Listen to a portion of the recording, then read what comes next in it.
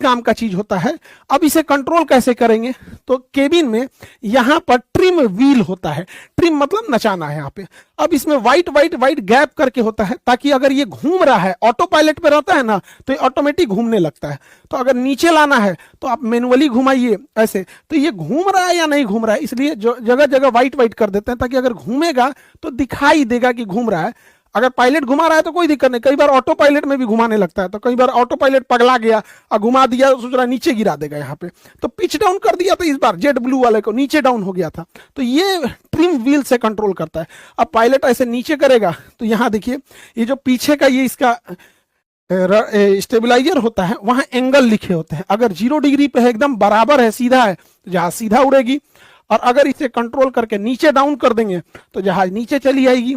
अगर ऊपर उठाएंगे तो एंगल ऊपर उठेगा, तो जहाज ऊपर उठेगा।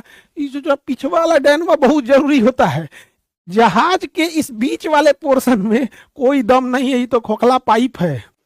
सारा खेल जहाज में वो है इसके विंग्स का, सारा विंग, इसी में फ्यूल भरा होता है, इसी में कंट्रोल होता है, इसी में इंजन टंगा होता है, और ये पीछे वाले टेल का, यही दो टका, तो दो दर पाइप है उसमें, इसे जिसमें सीवेज पाइप टाइप का है एक तरह से, हालांकि सीवेज पाइप नहीं है, ये जहाज के मटेरियल का बनाया होता है।